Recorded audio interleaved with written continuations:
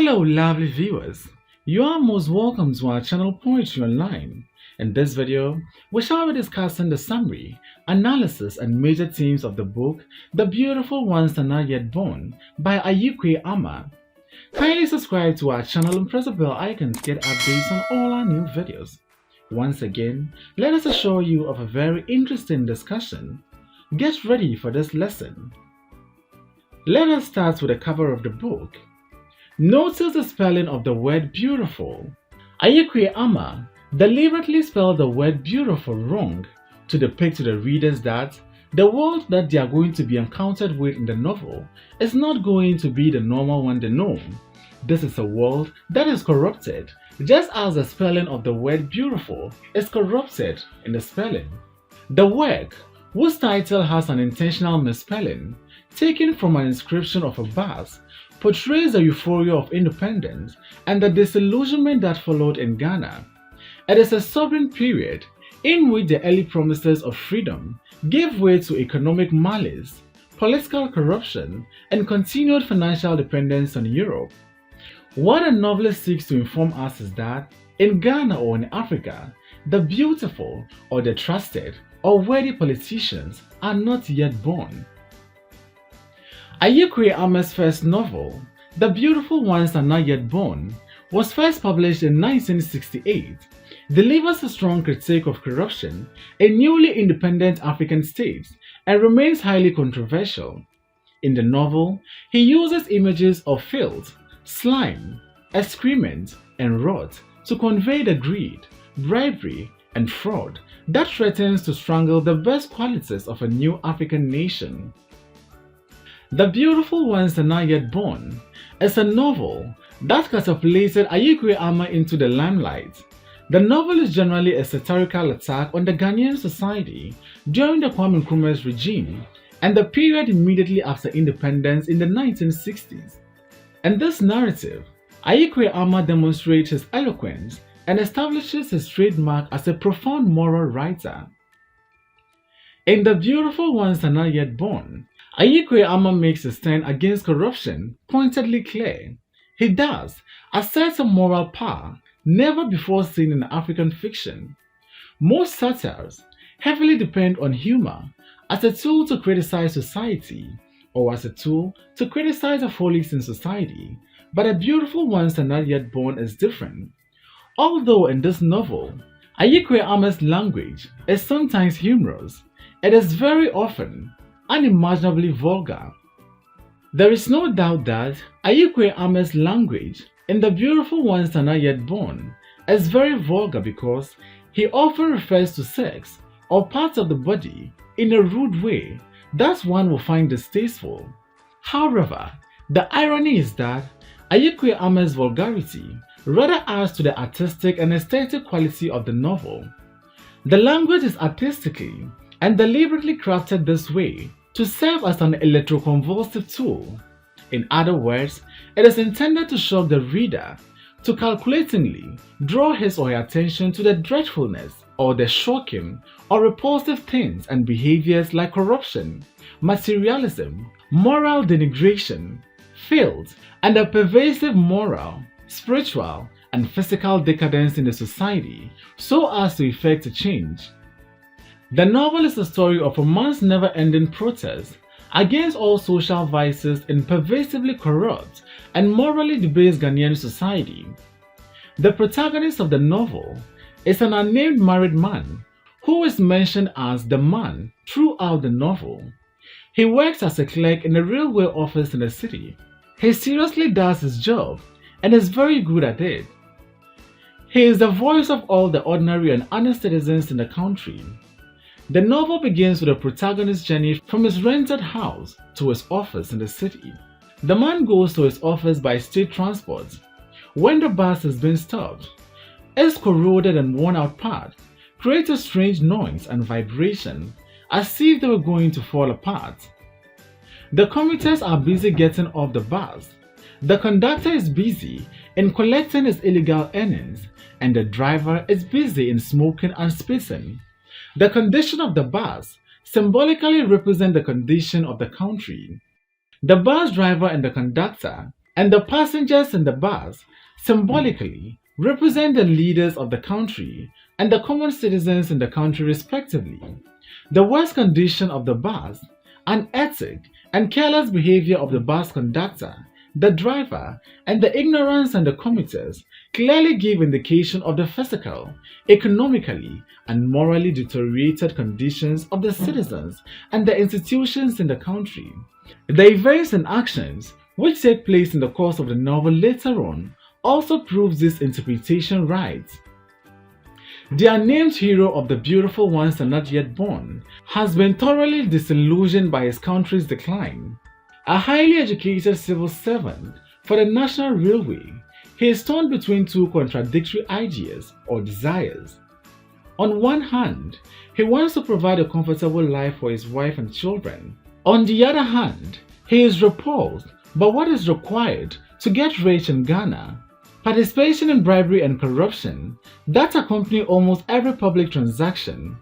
He refuses to surrender to fraud and corruption, but because this decision hurts his family, he cannot even feel proud of his own honesty.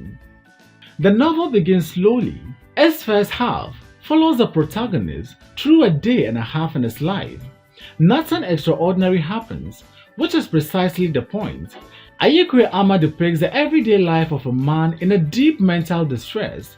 He portrays a decaying urban landscape in pictorial detail. Trash cans, outhouses, and crumbling buildings are lavishly described. Alongside such descriptions, ran a description of the interior life of the protagonist as he reflects on his predicament. He is torn between his desire to believe that life is beautiful and his fear that corruption and decay are inevitably part of the human condition. In short, he represents the condition in Ghana in the mid-1960s, a country still young enough to remember the elation of independence, but quickly succumbing to greed and self-interest. In the course of the protagonist's day, it becomes clear that corruption is everywhere. The first chapter begins with a description of a bus conductor who systematically steals from his passengers by giving them too little change. In chapter 2, the protagonist banters with a messenger who has just won a lottery and who will have to bribe someone just to get his hands on his prize or the money he has won. In chapter 3, the protagonist encounters corruption directly. While working alone in the railway office, he receives a visit from a timber contractor who goes by the name Amankwa. Amankwa wants to bribe someone to ensure that his cut timber finds a place on the train and is carried to port. Trying to conduct the business honestly, he has been told that there is no space on the trains, even though he sees empty trains leaving the port every day. The protagonist steadfastly refuses to accept the bribe, incurring Amankwa's wrath. Though he has done nothing more than behaving honestly, the protagonist feels like a criminal. Everyone there was something miserable, something unspeakably honest about a man who refused to take or to give what everyone around was busy taking and giving. On his way home from work, the protagonist encounters the central embodiment of official dishonesty, his classmate Kumsin, who has risen through the CPP to a position of prominence. The protagonist is Kumsin in his luxury car, buying fruits and bread from a street vendor. Kumsin is the protagonist's foil, while the latter has been paralyzed by a desire to do right. The former has achieved great success by his willingness to do anything. Before they part ways, Kumsin announces that he and his wife will have dinner with the protagonist next Sunday night. At home, the protagonist must face his wife Oyo. Although they love each other, their marriage is strained to a breaking point because Oyo wants security and comfort and cannot understand her husband's desire for honesty. She interprets his integrity as cowardice or stupidity. In a brief conversation, they quarrel about Kumsin and his desire or his participation in corruption, and about the timber contractor. Oyo wants the toilet and other conveniences for her home.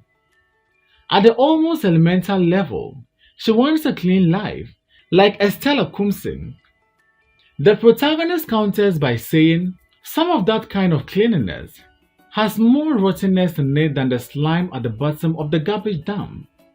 But for Oyo, this is just cowardice. She likens her husband to the proverbial chichidodo, a bird that eats only maggots but is too fastidious to dig through the excrement where maggots live. To escape the tension of this home life, the protagonist goes to visit a friend, the teacher, to whom he pours out his problems. The teacher provides an uneasy sort of comfort. Although he does not dispute his friend's right to remain honest, he also presents Oyo's plight sympathetically. In short, he clarifies the protagonist's sense of his own dilemma. With chapter 6, the novel takes a turn.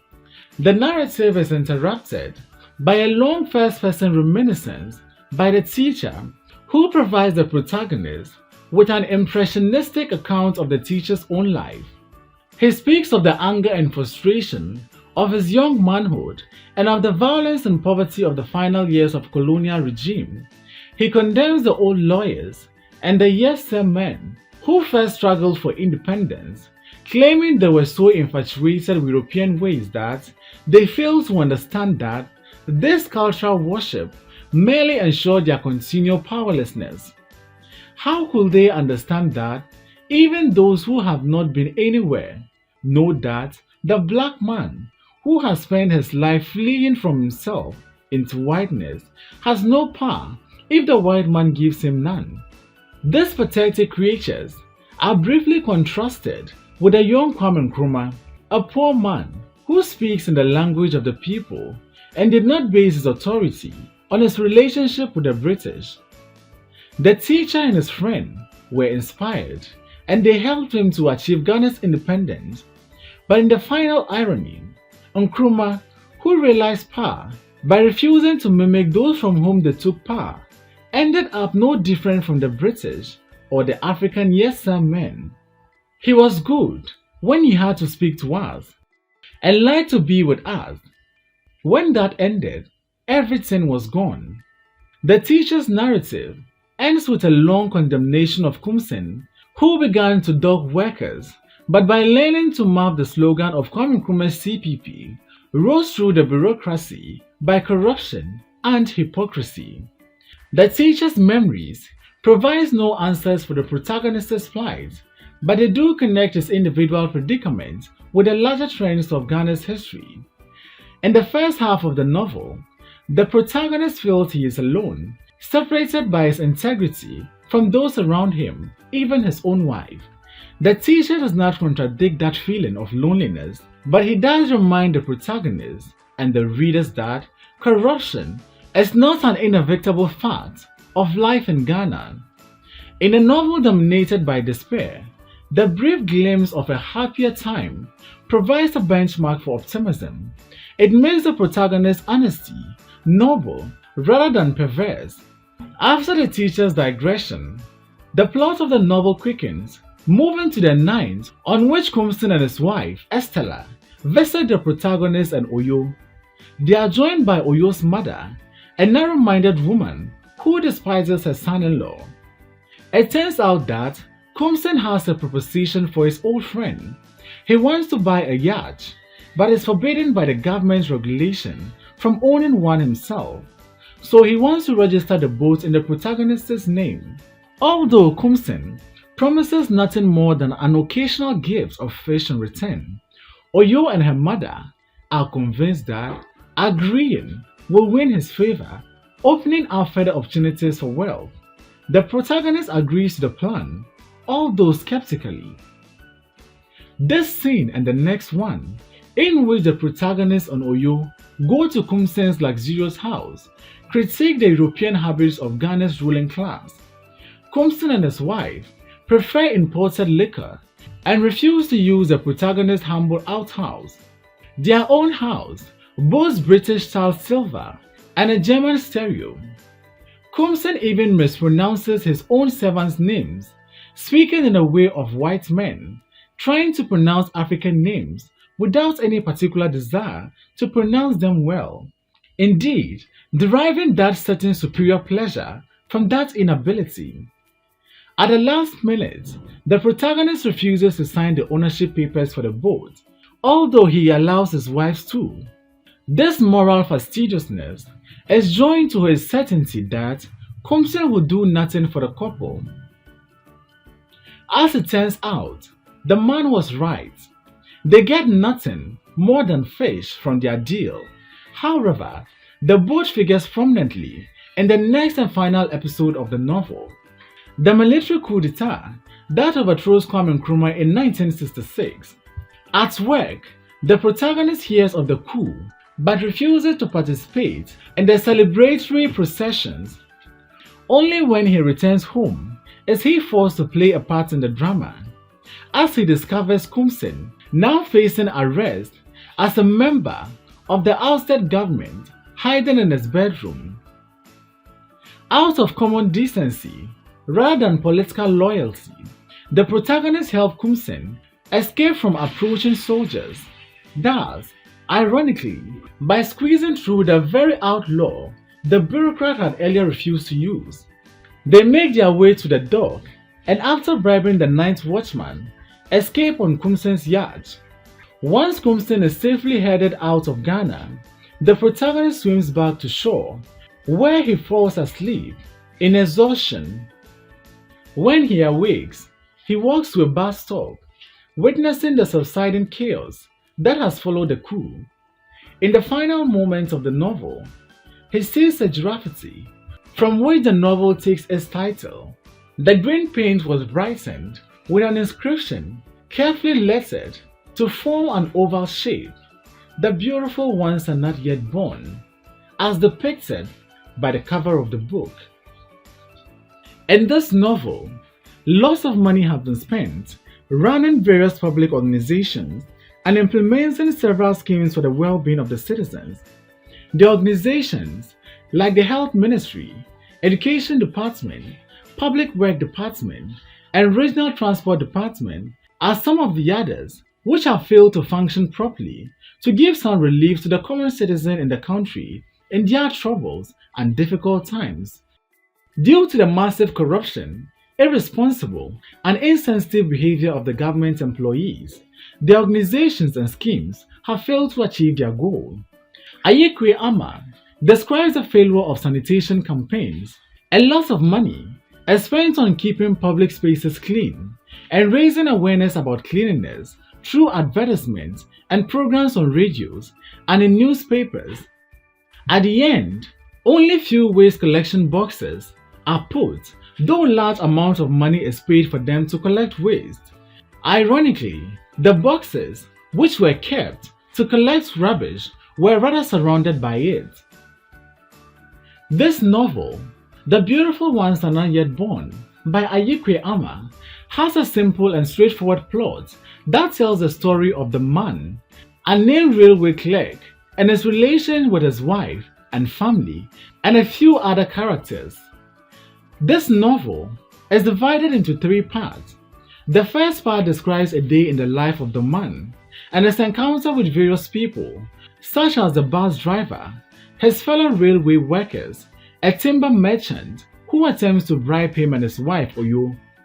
These various encounters are described at length and in great detail. Everywhere he goes, the man encounters moral, physical, or spiritual corruption. Part 2 of the novel traces the history of the man's progress within a corrupt society. Ghana's post-colonial history is revealed, as well as the birth, growth, and death of Kwame Nkrumah's regime, which is shown in the novel by the concentrated lifespan of the man's child, who goes through a full cycle of birth, death, and growth in 9 years, the period of Kwame Nkrumah's regime. And finally, the last part of the novel describe events leading up to the military coup that overthrows the government and the reaction of the public to this event. A lengthy part of this section of the novel describes the escape of corrupt Minister Kumsin. Kwei armah had written a novel that places characters in a historical context in order to display the conditions in which people live, conditions in which few prosper handsomely at the expense of those who create the wealth. The novel is rich with illustrations of corruption, failing economic and social systems in Ghanaian political systems, and also skepticism about the socialist idea, declining public trust and morality, among others, as poverty bites deeper into the moral fiber of the Ghanaian society. There are certain buffering realities of many citizens going hungry. For instance, the man is unable to feed his family, yet there are certain families whose dogs eat more meat than what an ordinary family would eat in a month.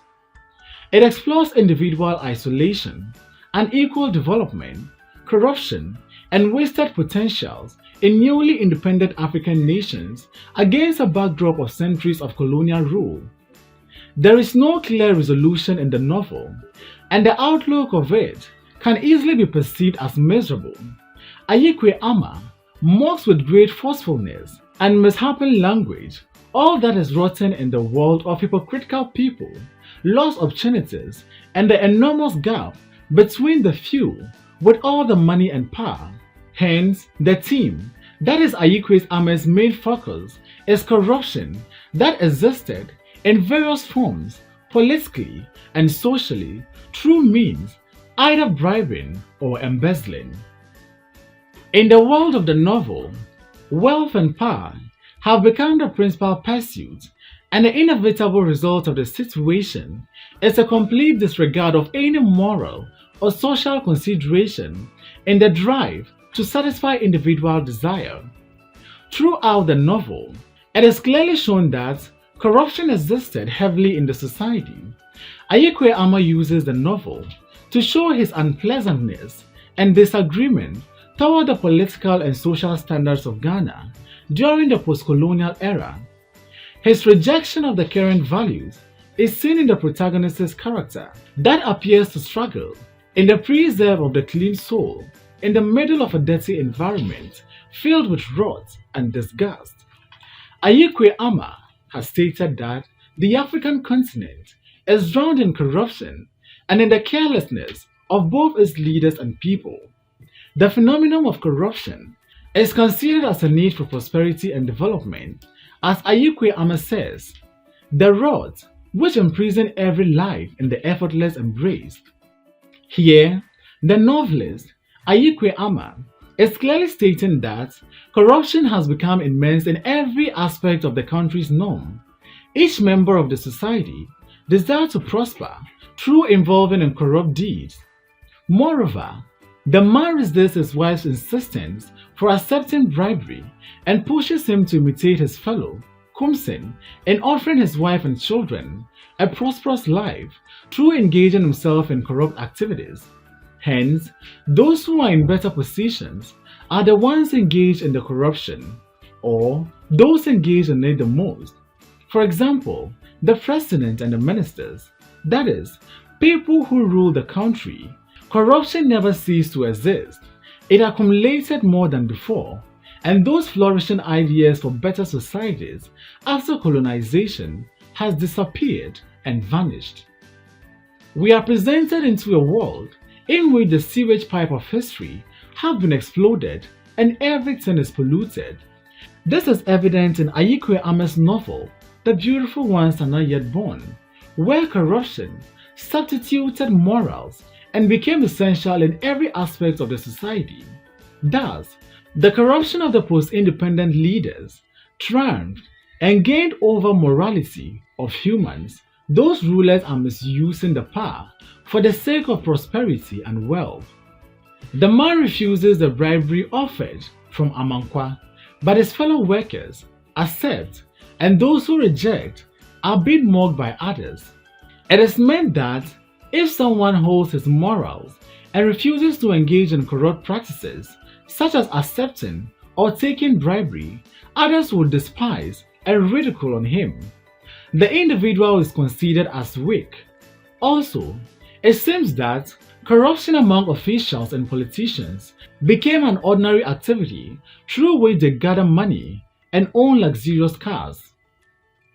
In the novel, money arises constantly in the first chapter, and it is obvious from the beginning of the plot when the man taking a tray from his house to where he works at the railway administration. During his trip, the bus conductor does not give full change, and the rest of the money belongs to him.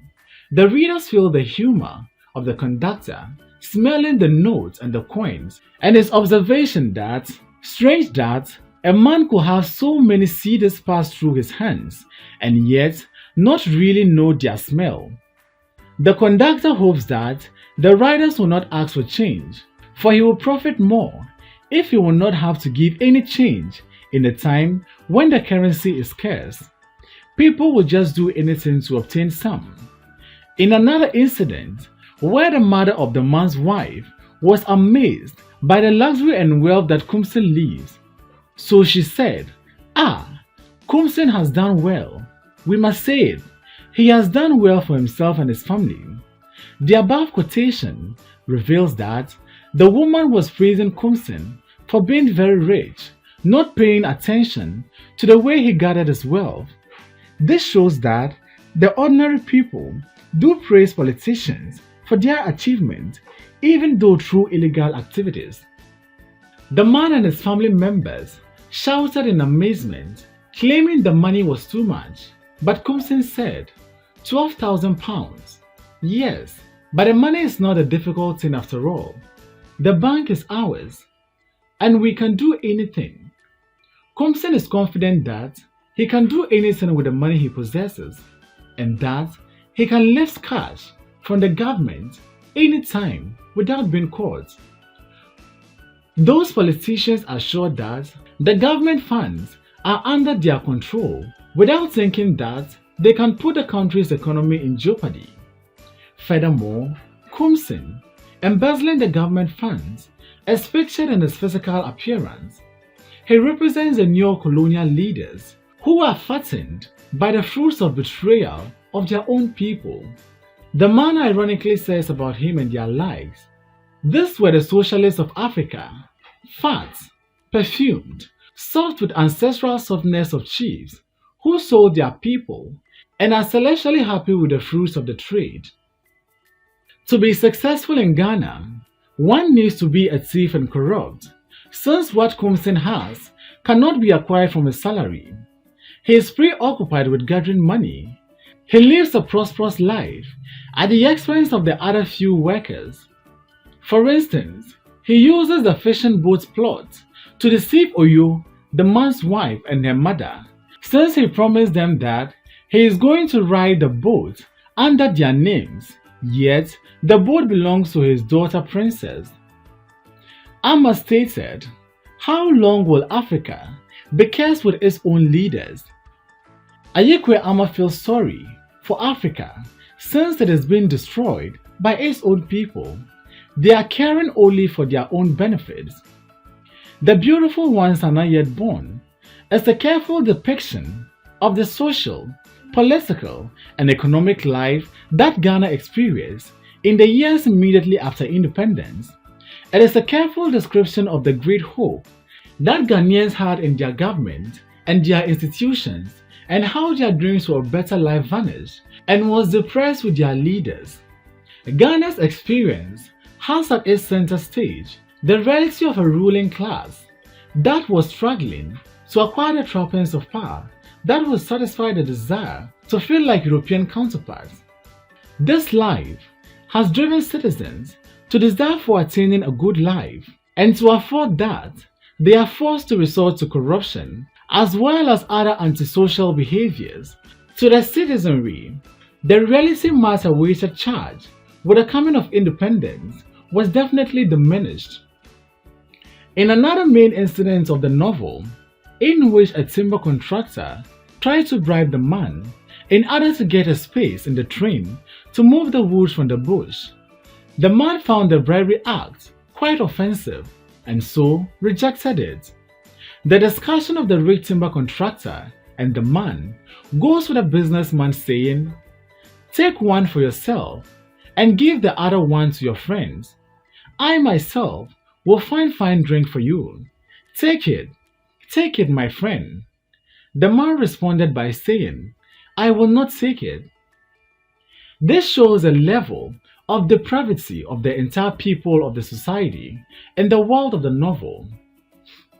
It is a representation of how people in different African societies do engage in bribing their ways to get favors, which Kwei considers to be awful and particularly detestable. The writer tries to tell the readers that it is indeed bad for people to bribe their ways at whatever time, as this will not make any society grow. In conclusion, the beautiful ones are not yet born as Kwei's weapon to highlight the misuse of power by the African leaders. He has criticized heavily the widespread of corruption in Africa, which destroyed the economy. Kwei's focus in this novel is to reveal the extensive widespread of corruption in the highest level in the African society during the Kwame Nkrumah regime. Thanks for watching this video. Please don't forget to like, comment, subscribe, and share this video.